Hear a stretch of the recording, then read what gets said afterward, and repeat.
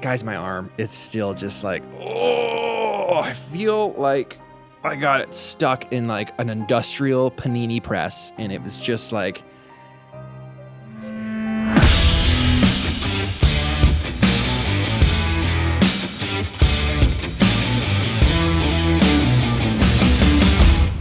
what's up, everybody? Peter McKinnon here. Welcome back to yet another video. It's Monday morning. We are ready to go. New month, new opportunities. And with that, today we will be talking about how you can make $3,000 this month, like this month, with photography. That's you can use that to buy a new camera, Netflix, Nerf guns, lots of coffee.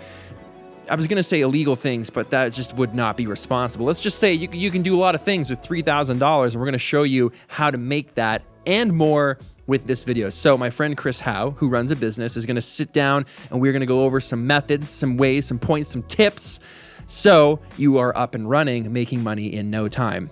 So with that being said, I guess I should move over and I'll just cut frame and he'll be here. That's better. Okay, so we're here with Chris Howe. Chris is a fellow YouTuber and runs not just a great channel, but also has a successful business, basically running a production house for photo and video. And you give me like a quick 2-second rundown of what that is, so everyone's like, oh, okay, cool, up to speed. So my name's Chris Howe. My company name is Know How Media. That's our little pun. So when people hear it, they're like, oh, that's fun. You're creative. That's nice. We do video production for companies like Mercedes-Benz, Toyota, Corona, things like that. We do commercial work and marketing campaigns and viral things like that. So on top of doing the YouTube stuff, we also run that with my fiance, Lizzie Pierce, and that is life outside of YouTube. That was like literally 35 seconds. It was amazing. I bet you couldn't do it again if I'd asked. So the reason we wanted to make this video today is Chris did a video. When did you make that video? Like a year and a half ago. A year and a half ago. Yeah. Very clever, very accurate, called How to Make $500 This Weekend with Photography. Why did you make that? Just because my whole thing is that I wanted to take experience that I have running a company and teach other people how they can make money off of their creative skill set. And that's my whole thing, is I want people to make a living off of something that they actually love. So that's kind of a bit of my philosophy. Which is super cool, because I get a lot of emails, as I'm sure you do, as I'm sure Maddie does, and Palander, and everybody that we hang out with in Toronto. Dope squad. With regards to like, how do I start making money with this? Or how do I monetize this? Or how do I take this gear? How do I afford gear so that I can like, you know, get jobs and then take those jobs and buy more, whatever. It's always a popular question. So we've kind of compiled, we made 10 different ways that you can make $3,000 or more this month. So like by the time this video drops, it'll be like March 3rd or something. I don't know. I'm horrible with dates and I'm always late and never on time. But you'll have almost the entire month to make $3,000 if you should choose to implement any of said 10 things we're going to go over in this video. So we're going to start. We're just going to jump right into things. Number one, batch shooting. Batch shooting. You take the lead on this one. So one of the big things that you'll usually get a DM if you're a photographer, you can be like, can you take my headshot for LinkedIn? Well, instead of just doing one headshot, batch 10 that day. So do a post on Facebook, get all your friends, like be like, hey, anyone applying for jobs, doing a whole bunch of different photos this weekend, slot yourself in, charge like $50 to $100 per person. And that day you can make like $1,000 if you shoot 10 of those. You would literally crush the goal almost entirely in the first day of doing that. Then you'd have like the whole rest of the month to keep going, but that's amazing. Do that 3 times and you've already made $3,000. Or I guess you could also set it like, you book a studio for the whole weekend and you do it on like Saturday and Sunday, and that's like your whole month in 2 days. Finished, just because you made a Facebook post, and that gets spread around and people share it, and then other people share it, and then those photos that you did that are now being used on LinkedIn, other people who are using it, who are friends of these people, are like, it's just word of mouth that happens naturally, and they're like, hey, where'd you get that photo? I need one too. Oh, this guy did, and then the phone starts ringing, and then next thing you know, you're like, oh, I have 2 shoots next week, when you had no shoots next week earlier. So batch shooting, getting it all done at once. Yeah, so whether it's a Facebook post or go to a company where there's a bunch of employees and everybody at that company needs a good headshot, just slot everybody in and boom, again, $1,000. Yeah, I did that once for a dentist office, actually. They hired me to come in and do like all their team photos, like a group photo, and then all their photos individually, but I actually charged them for each portrait. I didn't charge it as like, I'll come take pictures of your staff for $500. I was like, each portrait is $200, and I give you 3 versions of it, like a close-up, a wide, and then like an in-action shot of them like cleaning teeth or whatever. So I did some creative stuff for them. They had like their their shots they could put on a website, and then I did like the full group shot, and I think I charged like $1,500 for that back in the day. Yeah, so Something it's just like like utilizing your time effectively rather than having one setup for one person where you're charging for it. Do the setup once and then slot more people in, and you'll make more money. Yeah, love that. Okay, that's batch shooting. That's number one. Moving on to, and this is a huge one. I could probably literally talk about this for like 25 minutes, but it's stock photography. Yep.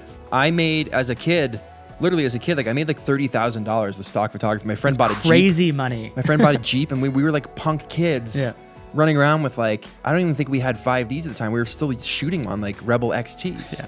And like the 30D, I remember when the 30D came out, I was like, oh, the screens were like, anyways, I digress. Yeah. It wasn't the best equipment, but we were still able to make crazy income because of this. Now the market's way more saturated now. Yep. And you're mentioning there's a company that you can actually upload your photos to, and they'll spread them out across all stock sites. Yeah, they go to all the stock sites, and then they'll collect the money, and then they'll pay you for that. So you can upload once and then distribute to many, and then collect once, versus like going to each website separately, SEO tags, all these little things. That's time consuming, and that's what kind of prevents you from wanting to do it in the first place, because it's a lot of upfront. I hated uploading. Yeah. I was like, I have all these shots I want to put up, but like, I guess I'll just go get it over with. It's worth it in the end. Yeah. But it's not fun. So it's easier now. So find those websites, do some research, and then you can just start uploading once rather than 100 times. Yeah, I love that. And it's a good way it's passive income, right? You're sleeping, you're making money. Yeah. And I remember we used to run into like model homes because they were all set up nice and clean. And my friend Mike and I would run in and just start snapping photos until we were kicked out. And then we'd make sure there was like no logos. And then we'd upload them to these sites and get paid off those like interior stock photos, which was great. So you get creative with it. Like hire your friends, again, rent out a studio, have them dress up in like business attire and like nail out like 1,500 different styles of corporate shots, and then have those blasted over every stock site everywhere. And you might make $20, you might make 200, you might make 2,000. Yeah. But I mean, better than making no thousand. There could also be photos on your hard drive right now that you could be mining to be making money. So just take what you already have that's like already dead and gone and hasn't made money for ages. Take out your old hard drives, start searching through and see what could be like applicable to stock. There's 100% validity in like the fact that there's probably money. If you look at it this way, there's money stored on your old drives. Just thousands of dollars just sitting on a hard drive right now that could be yours. Right? Repurpose it, figure out how to make it work for you instead of just like dying in the abyss in like a, in a waterproof hard drive heaven. In a Tupperware container in your basement, in your cold room or something. That's where mine is. My hair keeps getting stuck on this. It's just the episode of hair. There's a lot of hair in this frame. Yeah, there's a lot of there's a lot of hair. Okay, number 3. We were talking about upselling. Yep. So I love the saying that you don't get what you don't ask for. So maybe you do these shoots, and if you kind of apply all these points together, everything starts to kind of amalgamate into like what we call business and making money with what you do. But like you get all these shots locked in for this batch shoot with the studio for the dentist or whatever. And then while you're there, you upsell them and you continue to try and sell off of your expertise in running social media or being able to provide more services. And I'm sure you have running know-how.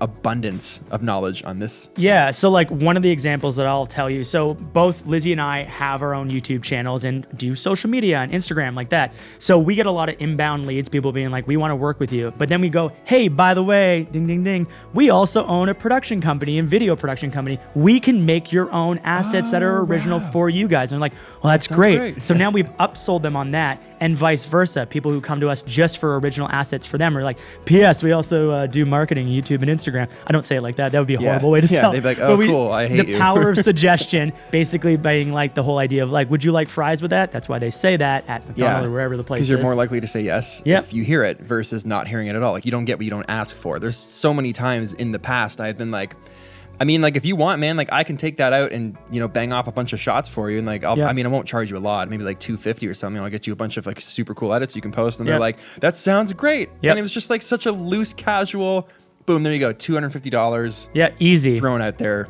just because I asked. Just power of suggestion. In the worst case, they're gonna be like, no, I'm good. Yep. Like, oh, okay. And that's the worst. They just said no. Cool. And just keep trying it over and over again, because you'll land at least 1 out of every 10, which is $250 you didn't have before, if not more. Dude, I used to hustle everywhere. I would keep like business cards.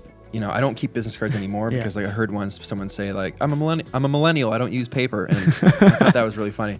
But I was like always trying to work an angle. I would always see someone doing something and be like, oh, that's cool. You know, I do this. Yeah. And just at least put it out there because it would always manifest into something. So I like that. Upselling, guaranteed way to take the business you already have, make it bigger. Number 4, well, we were calling this one trolling your local media because it's true. Like, so basically the gist of this is like letting people know that you can do it better. Yeah. And we'll explain that. So like, let's say you do see someone that has headshots, or you are working with a realtor to find a space for something and you see her headshot in the paper and you've hired her to find you a house or an apartment or an office. You could literally just say, hey, just so you know, I'm a photographer and no offense, but I could do a way better headshot than what you have now because like, here's what I offer. Here's a couple examples of the headshots I've done for people on LinkedIn. And they're like, oh, that would be so great. Or they say no, but they say that would be so great. Cool. Yeah. I mean, we can put that time aside to do that. Yeah. If you've got any friends also that need them, we may as well just bang it out at the same time. Bad shooting. Right? You can also just tell them and explain what value you'll provide. So being like, your photo looks a bit dated right now. I think an updated photo would really add a lot of value and might even lead to more conversions in your realtor business. It's like a compliment sandwich, right? Like, exactly. You don't come out and say like, hey, your photos are shit. I could do even better. But basically that is what you're saying. I used to, when I was performing magic full time, my business card just said, your event sucks. I can make it suck less. And then on the back, it just said magic. Sold. So it was like, it was clever, but it was a little like harsh, but like people, I think, appreciated the humor in that. Yeah, and they'd be totally. like, yo, like let's, just because of that card, let's give this guy the job. So essentially there is nothing wrong with seeing someone's assets and work or a company's Instagram or social media account and being like, hey, I have skills that would make this look better. There's nothing wrong with putting that out there because it'll yield business for sure. Yeah. And or like say like we can do something on a trial run. So like do it at a slightly lower point. Just so that you can get the business and then you'll have them for life, hopefully. Yeah, they see it and they're like, oh, okay, now we're talking. Yeah. Let's show me your rates again. Yeah, yeah. Like, I knew I'd get you with that. So trolling your local media. You don't have to troll them. I troll them, but you don't have to. Number 5, we were saying, is teaching other people your skill sets. Yeah. So running workshops or photo walks or finding people that are interested in photography who don't know anything about it that you can take out on a photo shoot and charge them like once a weekend for like 5 weeks, build a little course and actually make money off the knowledge you already have. Yeah, and it can go anything from like one-on-one to, again, batch shooting, but on teaching, batch Get teaching. a whole group. Yeah, and then charge each person. So start small, find a little thing that's interesting because don't ever underestimate how much value you have, even if you only understand a few things about a camera because somebody else is probably learning it for the first time. And they don't know, they've never heard the word aperture. Yeah. So you're like, well, everyone knows that. You're like, no, not everyone doesn't know that. Yeah. So use that to make money if that's something you want to do. Yet again, just another opportunity. Or I like to say like something that you're really good at photographing. Like if you are really good at landscapes and you go to one spot all the time, like way up north, 3 hours north, Algonquin Park, and you know that park really, really well, now you can sell the fact that you've been to that park so many times that you can like run guided tours through that park and make money teaching people, taking them to the spots that you know are good because you've shot them. The secret spots. The secret spots that you've shot, but you market that, like taking you to locations that you've never seen before to get these types of photos, and I'll teach you along the way. And people are like, yes, yes, yes. Yep. How much? Like $100 a person or whatever, or $200, $300 a person. Like how good are you? How confident are you in being able to deliver $300 a person worth of value? Yep. And if you think you can, we've already blown that $3,000 limit and we're like on point number 5. And I can actually add one more thing to it because those people who are coming out and learning might actually be the owners of a certain company or they know somebody in a marketing department. And now you look like the professional in that situation. They're like, P.S. Peter, we'd like you to do all the marketing campaign and photo shoots and everything. And now you might have just landed yourself like a massive contract because you know somebody in that photo group because they own a company.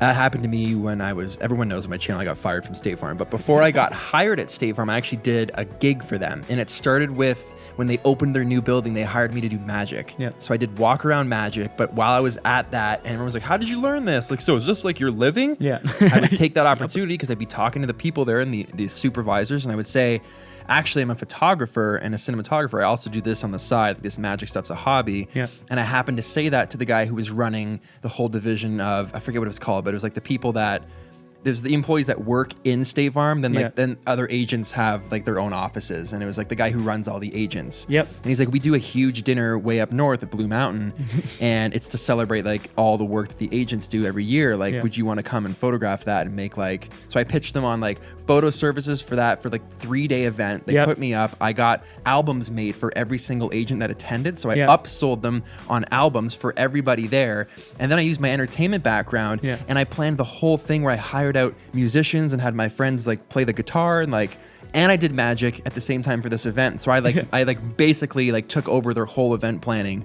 once I heard this and just upsold. And I made more money on that event than I did working there for 3 months before they fired me. Yeah. And then you could build like an event company on top of that. Yeah. And now you have another successful business making you money. So it was just like, while I was doing card tricks for people, I happened to mention like, hey, I do photos. And the guy was like, oh, tell me more about that. And I was like, gotcha. Yeah. Let's go. You're in. All right, number 6 is utilizing your network. So someone that you know, Chris said, pretty much always knows someone that you want to know or want to connect with. Yep. So 2 or 3 degrees of separation. Right. So in my case, like my mom had a friend who owned a company, and I was like, oh, I met her at a dinner one time. So I reached out to her using our mutual connection through my mom to actually upsell her on some of my first photography gigs. And although I was only getting paid a few $100 at the time, it still was a stepping stone and I was making money. I mean, it's the same thing. Like your dad might be friends with some other guy that owns a business that knows the person that you actually want to connect with. So you know, making those connections and trying to work that circuit to get to where you want to go. There's nothing wrong with that, but being mindful at least of, you know, the web. Yeah. Like not the World Wide Web, but like the web of like the connection of people. Yeah. And seeing like, you know, who do I need to, not who I need to use or who do I need to play to get to like, that's shady, but like, who do I need to connect with and like just ask like, hey man, like I heard you're friends with Chris Howe. Like, I know he has a media business and I offer this thing for media businesses that I think he might be able to benefit from. Like, how can I add value so that it's a mutual win-win? Yeah. And in the case of talking about just networks there, in the business lingo, you would call that like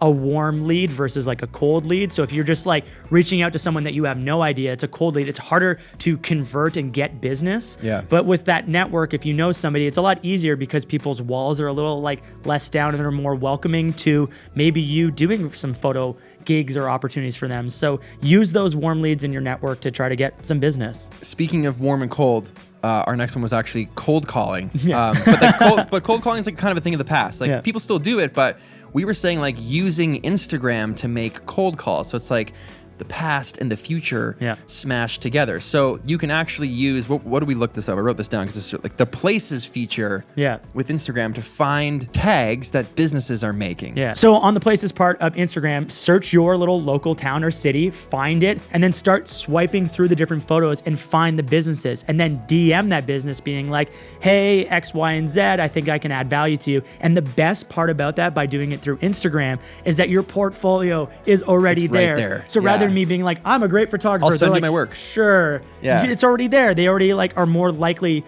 to want to work with you if your work on your page is good. So DM them through this business page or the best work on your portfolio, and you're more likely to get a job because of that. And I think everyone's using social media these days. And one of my points was, the businesses that are actually tagging the stuff that they're doing, the products or the services, are probably the businesses that are going to hire you as well because they get it. They're on Instagram using the tags. They kind of have some sort of an understanding of social media. So maybe not only can you get photo gigs from that, but then you're able to maybe even offer social media assistance, or I can take the photos and run your account, and I can clean up your grid, or like maybe they've seen like you said, they've seen your portfolio and they're like, how can you make our account look like that? And you're like, well, for an extra fee, I can also do all your posts and your post schedules and your captions and your interactions and your engagement. I can do all of those things because that's what I do for a living. So again, it's like all these things like interweave together. Yeah. But using Instagram and the things we're always on anyway, all day, wasting our time. It's easy. Just set a challenge. Like just reach out to one business today and just see what happens, and do that 10 days in a row, and I guarantee you'll land at least one client. Yeah, I mean, that's what I did with James Coffee originally. I reached out to them and I was like, I can do better photos. Yeah. And I started taking photos, and they started sending me t-shirts and stuff for free, and I was doing the photos for free, and then it turned into like, I would get paid, and then it turned into like a friendship, and now like we have like partnerships and brands and all kinds of stuff together. Look at what it turned into. Which I know, awesome. Which is crazy, right? Like the owl and everything, and it stemmed from me just having the idea of saying, I can do dope photos of this guy's stuff. Yeah. So I'm going to start doing that until he notices. Then I'm going to DM him and offer more services. Yep. And when he goes to my profile, he'll already see his own products on my profile and be like, yo, what? Yeah, and then he's excited because you've invested in his company and wants to do the same for you. So just another tactic, another way to go. Yeah. So love that. Number 8 was coffee shops.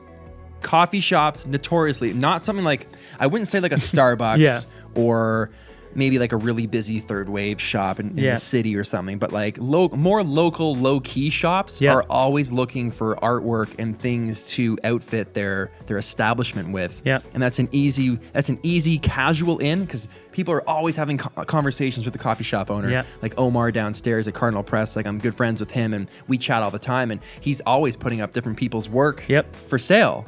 So like not only is your work just on display for everybody coming in, and they can just like, you know, we're having a coffee right here and like your photo is right here. It's also for sale if someone really wanted it. Yeah. You know, he might take a small commission, but like that's just such an easy way. It's a giant advertisement. Yeah. Just sitting at your local coffee shop, and maybe that person's looking for family photos and they see an awesome photo that you took and like, you know what? I'm going to call Peter. That's a good idea. Or like maybe like you just got a new drone, you haven't used it, but go take 10 kind of similar aerial photos that have like the same kind of patterns, whatever.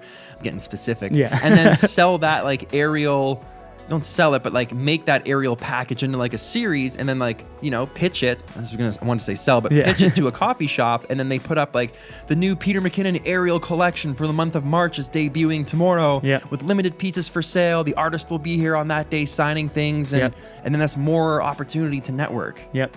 It's great. You can also sign up. Do it right now. This is a little like side ramble to like the drone photography thing, but I know somebody that went around with a drone and would just take pictures of people's properties, and then they would go. Stuff. It seems a little like creepy, but people would most likely buy it because they don't have a drone or they don't have an aerial shot of their home. If it's like a really and nice it's cool. photo, and it's like here's your as cottage. long as it's nice and artistic. It's not like a garbage photo, but like but I'm sure that happens too. Yeah.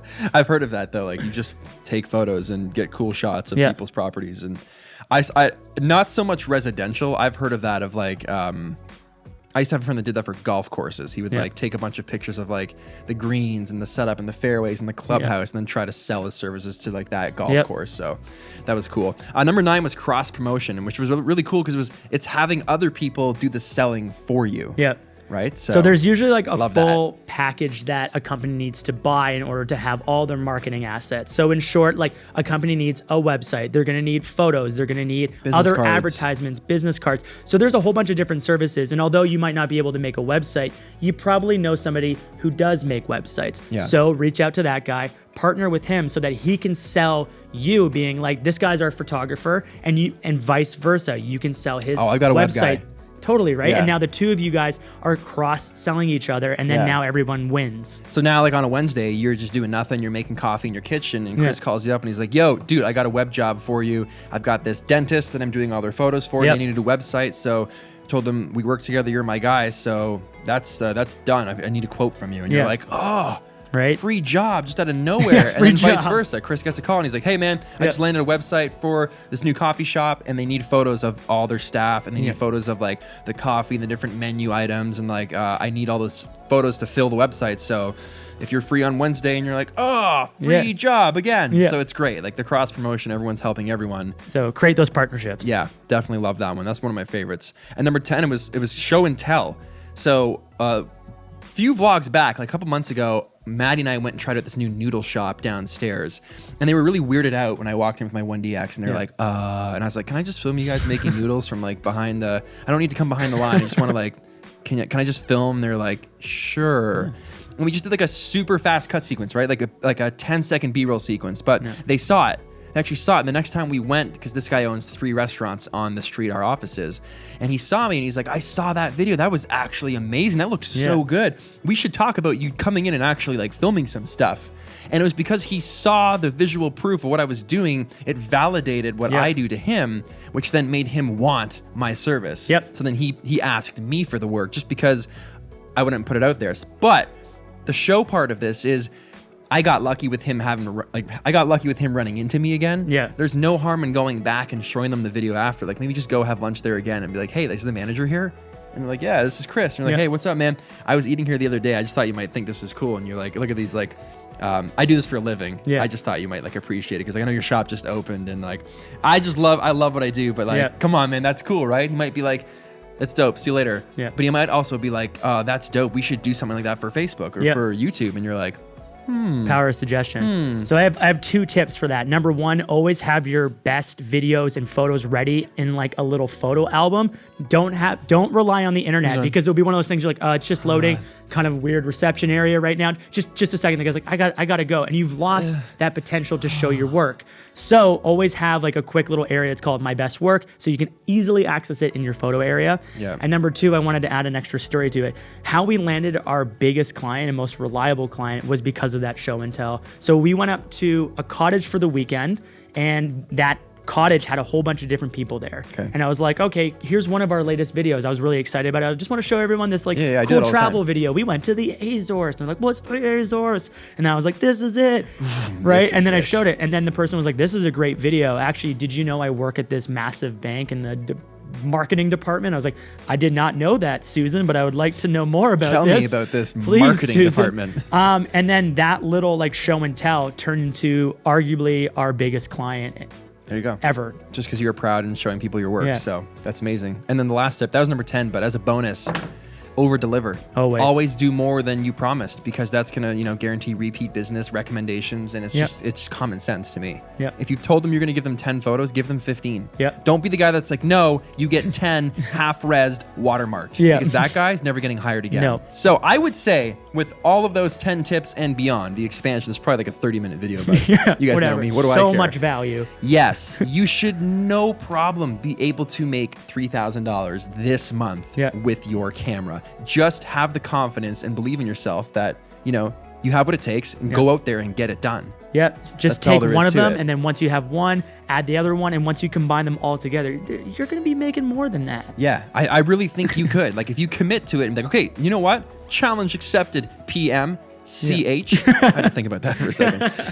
I'm going to make 3,000. Like, let me know. Comment below. If you guys are doing this, like, come back to this comment section and let me know what you guys are doing. I'd love for everyone to kind of like jump into the comments. Chris will check some of them out. I'll check some of them out. And I'd love to see like progress. Like, are you guys making it? And at the end of the month, like, did you hit your target? Did you make $3,000 that you didn't think you were going to make this month with photography? This could be like the best resource on the internet to how to make money. So if you guys have found other ways to make money too, leave those in the comment section. This could be drop like them below. 192 ways to make money this month. They're all in the comments, not in the video, but it's there. So guys, thank you to Chris. Thanks for coming out and giving me this knowledge to drop on the channel. We all appreciate it because there's lots of different skill sets on this channel. There's people who really know what they're doing and are probably making feature films, and there's also people that just cracked the box on their first camera today.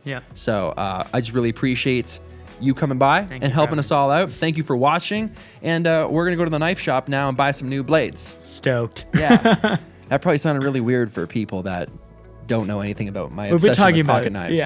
We've been talking about this for a month. I'm like, this is okay. Let's get the video done. Knife shop. Guys, thanks so much for watching. Hit that like button if you like this video. Smash it, assault it, do all the things that YouTubers tell you to do at the end of videos. And I'll see you guys on Tuesday, which is tomorrow, which is 2 Minute Tuesday. It's not going to be 2 minutes. Spoiler alert. Maybe it will be. I made 2 minutes, by the way, like a week ago. I fully sent it and made it on the 2 minute mark. You guys got mad at me, right? So for all the people in the comments who are like, I don't get it. This 2 minutes is never 2 minutes. Well, when I make it 2 minutes, you're still mad. So I'll see you on Tuesday for Tuesday.